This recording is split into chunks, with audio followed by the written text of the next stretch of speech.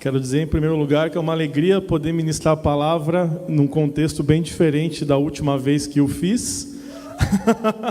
Da última vez estávamos eu, pastor Edinho e a Annelise apenas na igreja, né? E agora, graças a Deus, porque já estamos ainda em poucos. Em breve estaremos todos reunidos para a honra e glória do Senhor. E essa é uma mensagem para você que está assistindo a gente de casa. Nós ansiamos e aguardamos a sua visita para podermos estar celebrando o nosso Deus em união. Amém? Abra sua Bíblia comigo na carta de Efésios, no capítulo de número 2.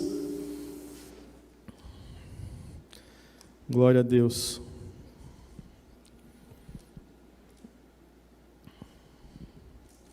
A partir do versículo 3, nós vamos fazer a leitura.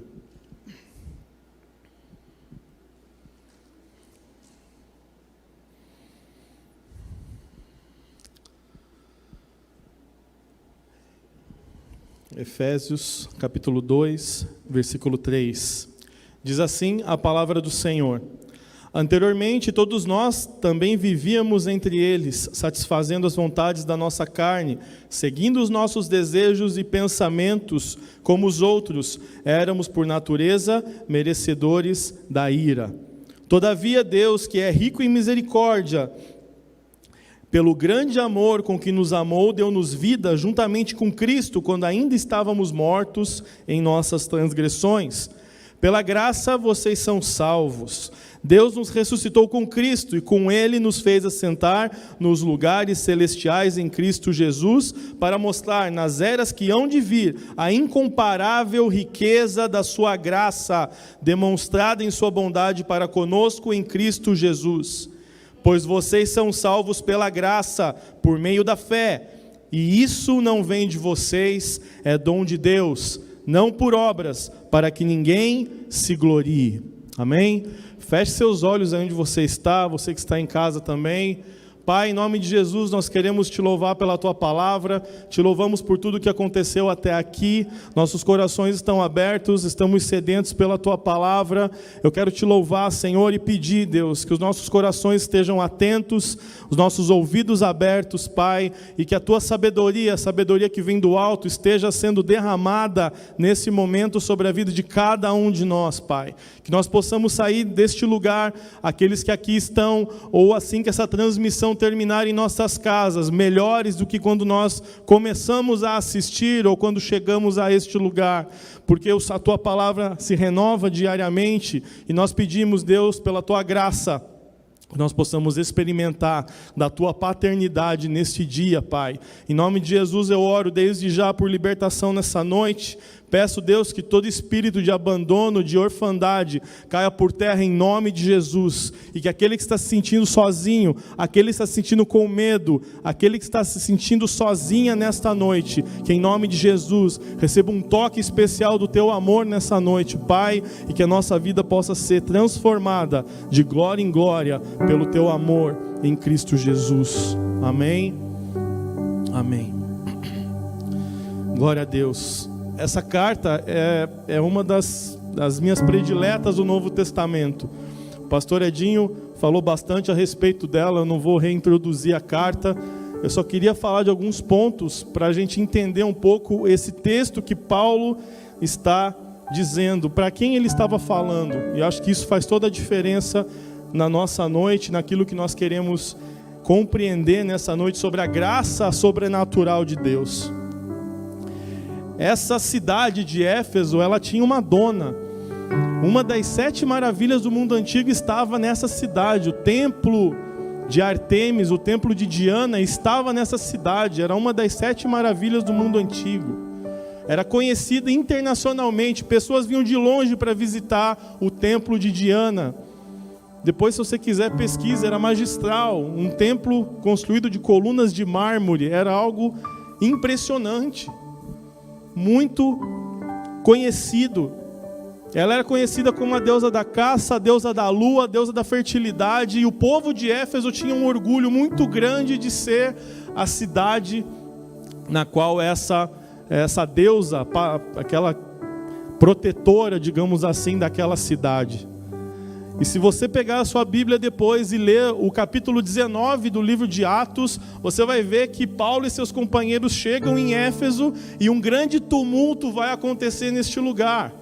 Porque os vendedores ali das pequenas imagens de Artemis e de Diana começaram a reclamar porque o discurso de Paulo e de seus companheiros começou a desestabilizar a economia daquele lugar. E um grande tumulto começa naquela cidade. Por 2 vezes no capítulo 19 de Atos você vai ver que os populares começam a gritar quando Paulo e seus amigos estão lá pregando a palavra de Deus: grande é Artemis dos Efésios. Você pode acompanhar isso no texto de Atos, o capítulo 19 inteiro fala a respeito desse evento. Então você tem por um lado um povo que é muito orgulhoso de ter uma protetora com um templo suntuoso como aquele. Uma cidade muito rica porque era uma cidade portuária. Barcos vinham e voltavam todo o tempo naquele lugar. Isso trazia um benefício econômico muito grande para aquela cidade.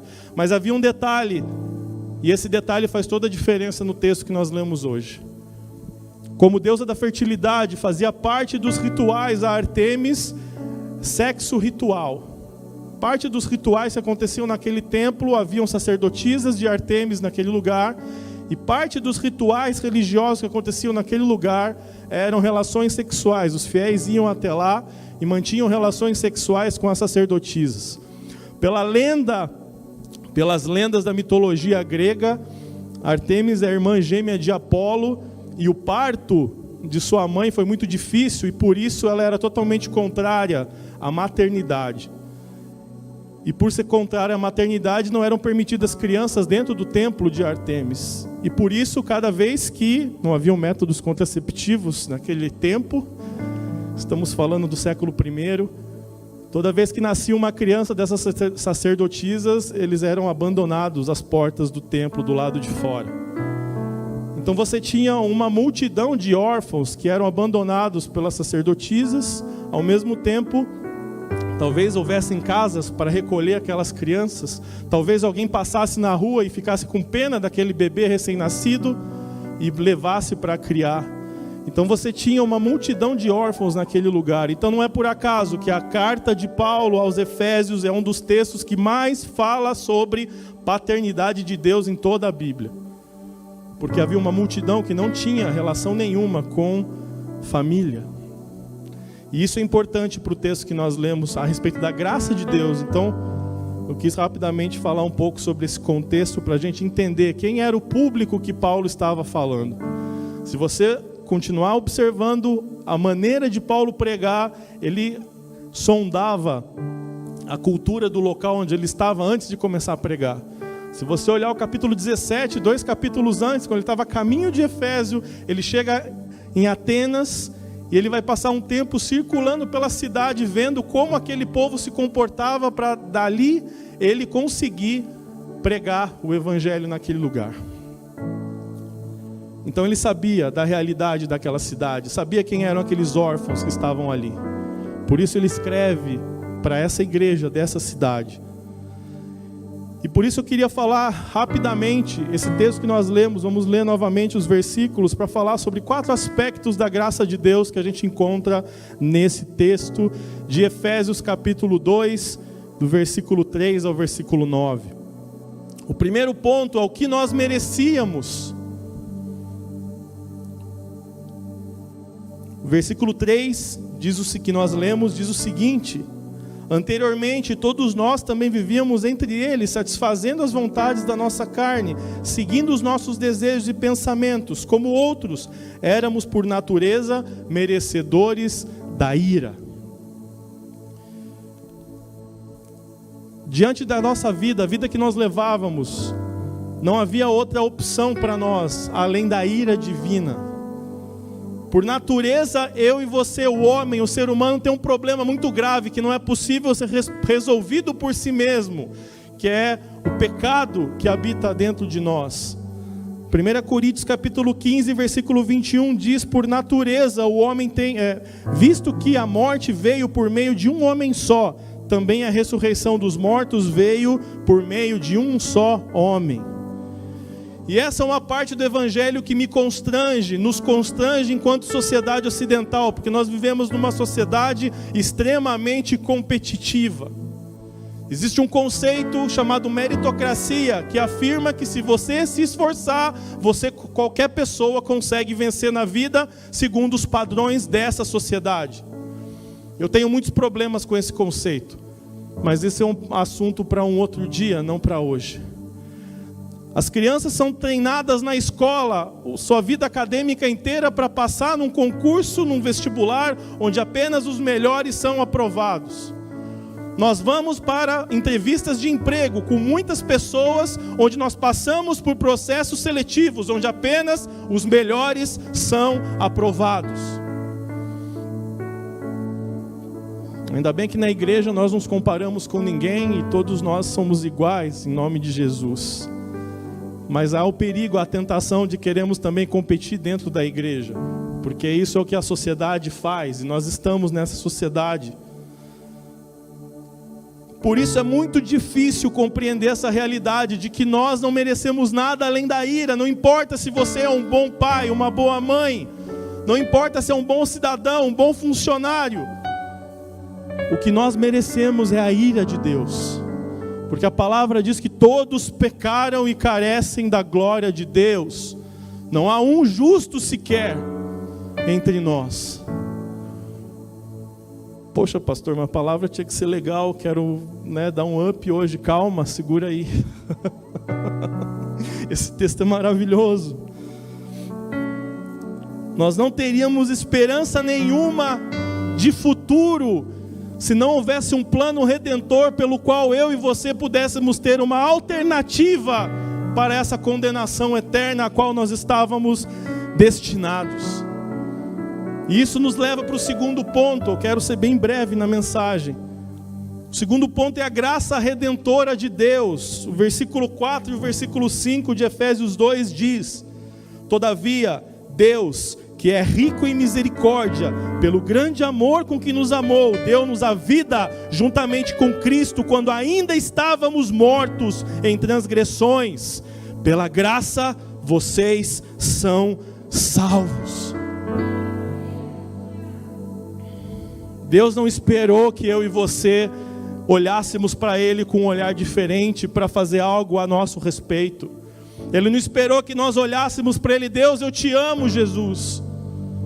Ele não esperou isso, Ele foi lá e fez antecipadamente, não esperando nenhuma reação em troca da minha parte e da sua parte. O que nós merecíamos, nós já tínhamos, que era a ira de Deus, e Ele, pela sua rica misericórdia. Talvez essa palavra seja dita para aqueles órfãos que também não fizeram nada para merecer uma vida de abandono nas ruas de Éfeso. O que eu fiz para merecer estar aqui pedindo esmola nas ruas dessa cidade? Eu nem sei quem é minha mãe, eu fui jogado aqui e estou sobrevivendo neste lugar. Não fizeram nada para merecer aquela vida. E Paulo está falando para eles: olha, vocês não fizeram nada, mas Deus, pela sua infinita misericórdia, preparou algo diferente para você. Essa vida miserável não é o final. Você não precisa se contentar com isso. Esse não é o fim da sua jornada. Enquanto ainda estávamos mortos, Deus nos ofereceu a sua graça para que fôssemos salvos. Aleluia. Como nós podemos aprender com essa iniciativa para as nossas vidas? Há um ditado popular que diz: olha, façam o bem sem olhar a quem. Porque Deus nos olhou não como nós estamos agora, Ele nos olhou como nós devemos estar, através dos olhos do seu Filho Jesus. Ele não olha para nós a partir das nossas fraquezas, dos nossos pecados, das nossas lutas diárias. Ele nos olha através do sangue de Jesus. Esse sangue nos purifica. Como nós poderíamos mudar o nosso relacionamento com as pessoas se nós começássemos a olhar não por aquilo que nós estamos vendo, mas através dos olhos da fé. Mãe, você está passando problemas com seu filho, olhe pelos olhos da fé, não o desafio presente, mas o futuro destinado para você em Cristo Jesus. Esposas, olhem para os seus esposos, não pelos olhos do que você está vendo agora, olhe pelos olhos da fé, pela transformação que Cristo pode fazer na vida dele, na vida dela, em nome de Jesus. Pare de olhar com os olhos naturais, comece a enxergar pelos olhos da fé. Precisamos treinar os nossos olhos e o nosso coração para enxergar as pessoas a partir do coração de Deus. Essa perspectiva, a mesma que Paulo coloca aos Efésios. Eu fico imaginando aqueles órfãos ouvindo essa palavra, dizendo, peraí, mas existe salvação para mim? Mas minha mãe me abandonou, eu nunca vou saber quem é meu pai. Eu sei que a minha mãe trabalha ali naquele templo, e ela me jogou aqui e eu estou aqui até agora. Imagina a carga, o peso dessa orfandade na vida dessas pessoas, que as impede de enxergar um futuro em Deus. E Paulo vem com essas boas notícias, de que aquela ira merecida, ela pode ser transformada pela graça redentora do nosso Deus. Quando eu penso na graça, me desculpa, minha criatividade ela é meio fora da casinha muitas vezes. Muitos aqui não sabem o que é isso, mas quando eu era pequeno, eu gostava muito de jogar fliperama. Não sei se não é do tempo da maioria de vocês, né? Mas o fliperama era uma máquina que você colocava umas fichas para jogar um jogo de videogame. E geralmente esse jogo era muito difícil, porque se fosse fácil você conseguia terminar com poucas fichas. O objetivo é o mesmo daqueles bichinhos que tem, né? Aquele gancho que tenta puxar um bichinho de pelúcia e você nunca consegue pegar. Né? Toda vez que eu vou num lugar lá com o Joshua, ele quer que eu coloque uma ficha para ele fazer a tentativa, e você vê que aquele troço foi feito para você não pegar. Né? Porque se fosse fácil, né, eles iam levar prejuízo. Então, até um dia eu passei naquele lugar, estavam contando o caixa, né? Acho que abriram ali o cofre daquele negócio, tinha muito dinheiro em cima da mesa ali, né? Mas ele acha que vai conseguir pegar, então quem sou eu para acabar com a fantasia do meu filho, né? E quando eu tinha lá meus 10 anos de idade, eu não tinha dinheiro, né? Então eu comprava uma ficha para poder jogar, eu colocava naquela máquina, você tem 3 vidas, e não importa o quão bom eu estava naquele dia, eu acabava morrendo antes do final do jogo. Mal passava do começo do jogo, já levava um tiro e morria. E não tinha mais dinheiro para comprar outra. Parecia uma contagem de 10 até 1 e eu via que tinha perdido o meu tempo ali. Para mim, esse é o nosso esforço pelas obras, para a gente conseguir fazer alguma coisa para Deus. Não importa o quanto você seja bom, não importa o quão você acha que está preparado, nunca será suficiente para pagar o sacrifício de Jesus na cruz. E eu enxergo a graça como se o dono do fliperama chegasse para mim, olhando para mim, olha, coitado daquele garoto, nem alcançar ali o controle ele consegue, ele tem que subir no banquinho para conseguir enxergar a tela. Estou cansado de ver ele perder toda vez ali a ficha dele. Ele coloca num pacote umas 1000 fichas diferentes, coloca ali na minha mão, toma, é para você. Eu falei, mas quanto? Não tem dinheiro para pagar tantas fichas? Não, a casa já pagou, é por conta da casa, pode jogar e você vai conseguir terminar, não porque você é bom, mas porque o dono do fliperama abençoou você. É isso que Deus fez conosco, amados. Ele olhou para a nossa imperfeição, para a nossa tentativa de fazer algo e não conseguir. Falou, eu vou ajudar, eu não posso ver meus filhos tentando e não conseguindo. E assim houve salvação para nós. Mas o texto não para por aí. O terceiro ponto é a herança que a graça nos dá. Versículos 6 e 7. Deus nos ressuscitou com Cristo e com Ele nos fez assentar nos lugares celestiais, em Cristo Jesus, para mostrar nas eras que estão por vir a incomparável riqueza da sua graça, demonstrada em sua bondade para conosco em Cristo Jesus. Como se não bastasse nós não estarmos mais destinados à ira divina, Deus nos dá uma herança com Cristo nas regiões celestiais com Ele. Essa é a base para a autoridade da igreja. Nossa autoridade espiritual, ela está pautada num relacionamento muito desigual. O que eu e você podemos oferecer para um Deus que tem tudo? Já parou para pensar nisso? Como Deus, o Criador dos céus e da terra, olha para nós com amor e fala: olha, eu amo vocês. Talvez seja como o oceano olhar para um pequeno grão de areia, olha, eu vou cuidar desse grão de areia aqui para que ele não se perca ou não vá para um lugar. É muito desigual. E mesmo assim há uma herança com Cristo para nós. E esse, na verdade, para mim é um dos grandes mistérios da nossa fé. O que move o coração de Deus para olhar para nós, tão imperfeitos, tão pequenos, que não merecem nada além da ira, mas a partir de um amor sobrenatural por nós, nos oferecer bênçãos, promessas e tantas coisas que nós recebemos quando caminhamos com Ele. Saber tudo isso tem que nos levar a fazer algo, que é uma vida de gratidão voltada para Ele. Você faz as coisas não porque você quer a atenção dEle, você faz por aquilo que Ele já fez por nós. Porque nós não vamos pagar isso com nenhum dinheiro, não é possível. Mas a partir disso, nós devemos compreender essa realidade do tamanho de Deus, da magnitude que nós acabamos de cantar no louvor. Quem é esse Deus que nós cantamos durante o louvor? Isso tem que nos levar a adorar. Olha, eu não tenho nada para oferecer. Eu não tenho prata, eu não tenho ouro, não há dinheiro que pague isso que você fez por mim. A única coisa que nós temos e que Ele quer é o nosso coração. É tudo que você pode oferecer para Ele. E um coração voltado para Deus precisa transformar a nossa história, a nossa vida, não pode ser a mesma. O texto começa falando sobre, olha, nós éramos assim lá no passado.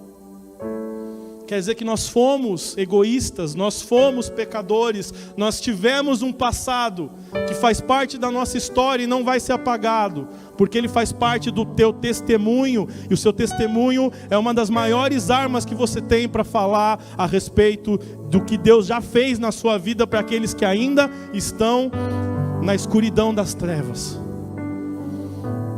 Então não tenha vergonha de quem você foi ou do que aconteceu com você no seu passado. Isso faz parte de uma ferramenta poderosa que Deus tem. Eu encontro com muitos jovens pelo Brasil e muitas vezes eles falam: olha, pastor, eu queria fazer isso, eu queria servir a Deus, mas eu não conheço a palavra, eu não sei falar, eu morro de vergonha de abrir a boca na frente de alguém. O que Deus fez na sua vida? Eu pergunto para eles. Eu era assim, eu era assado, eu estava numa vida assim, eu usava drogas, eu estava perdido em uma série de situações. E hoje eu estou aqui na igreja. Eu falo: é isso que você precisa, isso basta para que Deus te use com poder pelo Espírito Santo dEle. Você tem uma história, e não deixe que ninguém tire essa história de você, porque olha onde você está agora. Nós poderíamos estar em outros lugares, perdidos, talvez muitos nem estivessem mais vivos se nós continuássemos na vida que levávamos antes de termos um encontro com Ele. Mas Ele olhou para nós, mesmo que nós não tivéssemos nada para oferecer. E com uma rica misericórdia, Ele olhou para o nosso coração e falou: eu quero você comigo. E hoje nós estamos aqui. Mas não é justo que isso fique só para nós. Tem muitas pessoas lá fora esperando pela mesma boa notícia. E nós precisamos falar. Eu tenho vergonha, conte seu testemunho. Eu não tenho medo. Seja ousado em Deus. Ore para que Deus quebre essas cadeias que impedem você de abrir a sua boca para falar das grandes obras que Deus já fez na sua vida. O texto termina. E para mim o quarto ponto desse texto é a razão da graça de Deus. Os últimos versículos: pois vocês são salvos pela graça, por meio da fé, e isso não vem de vocês, é dom de Deus, não por obras, para que ninguém se glorie. Esse era um dos textos que estava perdido há quase 1000 anos na história da igreja, e um homem chamado Lutero olhou para esse texto e falou: olha, está escrito na palavra, não é pelas obras, é por fé, é pela graça, não é por merecimento. E aí houve a reforma protestante a partir desse texto que nós estamos lendo hoje. Esse texto é poderoso demais. transformou o rumo da igreja cristã há 500 anos atrás e continua transformando as vidas daqueles que olham para esse texto com atenção. Eu acredito que Deus fez tudo isso com um único propósito. Porque se nós merecêssemos alguma coisa, eu poderia dizer que sou melhor que você. Se eu merecesse, eu fosse mais santo, orasse mais, jejuasse mais, se fosse por merecimento ou por obras, eu poderia chegar e falar, não, eu sou melhor do que o meu irmão. Ou você poderia achar, não, o meu pastor é melhor do que eu, porque ele merece mais do que eu. Não! Não é por merecimento. Em Cristo somos todos iguais. Somos membros de um mesmo corpo. Só existe uma única cabeça, que é Cristo. Isso é libertador. Eu não preciso ser melhor do que ninguém. Eu não preciso fazer mais do que os outros. Você tem uma jornada. Você tem uma missão. Você tem um destino. Você tem um propósito em Deus. E é isso que você precisa perseguir ao longo da sua carreira, da sua jornada. Você não precisa imitar a jornada de ninguém. Você não precisa fazer nada diferente daquilo que Deus propôs no seu coração. É isso que você tem que fazer. Agora, se você reconheceu isso, você não pode ficar alheio, vivendo ainda para você mesmo apenas. A graça, ela é tão transformadora que tem que me levar a sair do que eu estou fazendo e falar, Deus, o que eu posso fazer para tentar agradecer por tudo isso que já foi feito. Se você continua vivendo a mesma vida que você vivia antes de conhecer a Deus, então você ainda não compreendeu a graça de Deus. Você precisa servir ao Senhor, a esse Deus que fez tantas obras maravilhosas na sua vida. Nós não podemos ficar alheios a isso. Nós não podemos ser cristãos de banco, que se contentam em ficar sentados uma vez por semana, assistindo aquilo que está acontecendo, ou observando enquanto outros se movem em direção ao propósito de Deus para a sua vida. Ei, Deus tem um propósito para você também. Pode ser que as pessoas digam para você que não, que isso não é para você, isso é para o outro, isso é mentira. Há um propósito para cada filho de Deus, para cada filha de Deus. Nós somos iguais perante o nosso Pai. Deus nos ama da mesma forma. Não há filhos prediletos de Deus. É uma frase que eu ouço muito e aqui se aplica a isso, que existe talvez sejam filhos que entenderam quem são em Deus e por isso mergulham mais profundamente do que outros. Mas o amor de Deus é o mesmo por todos nós. E nós devemos caminhar e viver de acordo com essa revelação, porque aí está o poder da igreja. O poder da igreja não está em ter super santos, popstar gospel, influenciadores digitais com milhões de seguidores. Não, isso não agrada o coração de Deus. Isso não move o coração de Deus. O que move o coração de Deus são pessoas simples, vivendo um evangelho simples, caminhando, tentando superar os seus próprios desafios, as suas próprias fraquezas todos os dias. Vencendo essa batalha contra a carne, na qual nós todos os dias precisamos enfrentar e lutar. Essa é a nossa missão. Você não está autorizado a superar ninguém. A palavra de Deus só te autoriza a superar você mesmo todos os dias. Que você olhe para o espelho todos os dias de manhã e fale, quando eu voltar para casa, do meu trabalho, da minha faculdade, onde quer que eu esteja indo, eu vou estar muito melhor do que eu estou agora olhando para você. Essa tem que ser a nossa carreira, a nossa jornada. Não tente superar outras pessoas. Paulo disse o seguinte, olha, sejam meus imitadores como eu sou imitador de Cristo. Nós temos que observar pessoas, inspirar em outras pessoas, que nós enxergamos Deus naquelas pessoas, os nossos líderes. Isso é maravilhoso, mas nós não podemos nos transformar em dependentes da unção de outras pessoas. Deus tem uma unção especial para você, Deus tem um propósito para você, e essa é a jornada que Deus tem para as nossas vidas. Amém? Você pode se colocar.